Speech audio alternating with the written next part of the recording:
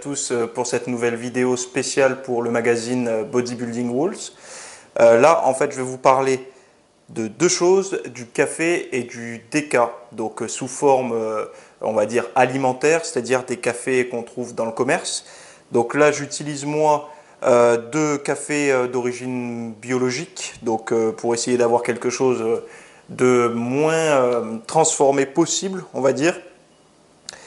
Je vais commencer par le café pour la première vidéo, donc le café classique, qui peut être utilisé en fait comme booster avant l'entraînement, mais qui peut être aussi un allié lors d'un régime, donc lors d'une perte de graisse.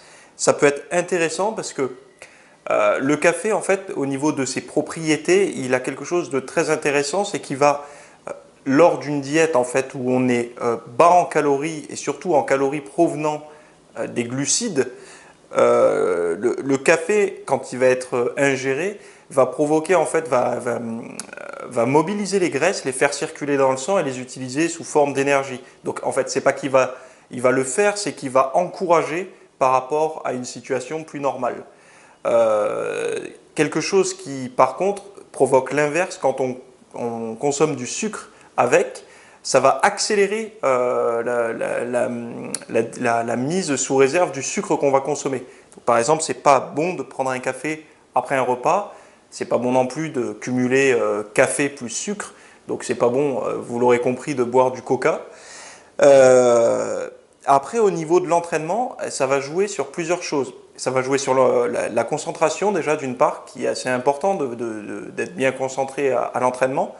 À des dosages un petit peu plus élevés, on va pouvoir augmenter légèrement sa force, donc de manière à pouvoir en fait, soit si on n'était pas très en forme, réussir à faire une séance quasiment aussi bien que si on avait été en forme, et si on est très en forme, de se booster un petit peu.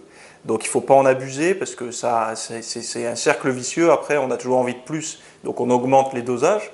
C'est pour ça que moi je me cantonne maintenant à consommer du café ben voilà, comme ça en capsule que je fais dans ma cafetière, et ça me permet d'en prendre 2-3 maximum avant l'entraînement et d'en tirer les avantages. L'avantage du café, c'est qu'il va vraiment vous booster en fait dans ces moments où vous n'allez pas avoir la force nécessaire pour faire, enfin, ou même l'envie d'aller vous entraîner. C'est pas un booster comme vous pourrez trouver dans le commerce qui vont vraiment vous réveiller d'un coup et vous provoquer vraiment une forte envie, un énervement, etc. C'est un peu plus doux comme sensation, mais déjà on sait exactement ce qu'on prend. Et donc pour le régime, entre les repas, c'est très intéressant. Avant l'entraînement également, de manière à mobiliser plus de graisse. Quand on fait des entraînements à jeun, c'est ce que je fais également, très intéressant. Si on est sensible, je ne vais pas faire des recommandations de médecin, mais si jamais on fait de la tachycardie ou qu'on a des problèmes cardiaques, mieux vaut éviter quand même, par souci de bon sens, mieux vaut éviter de consommer trop de caféine pour ne pas avoir de petits dérangements suite à ça. Donc voilà pour la première partie de la vidéo sur le café, deuxième partie sur le déca.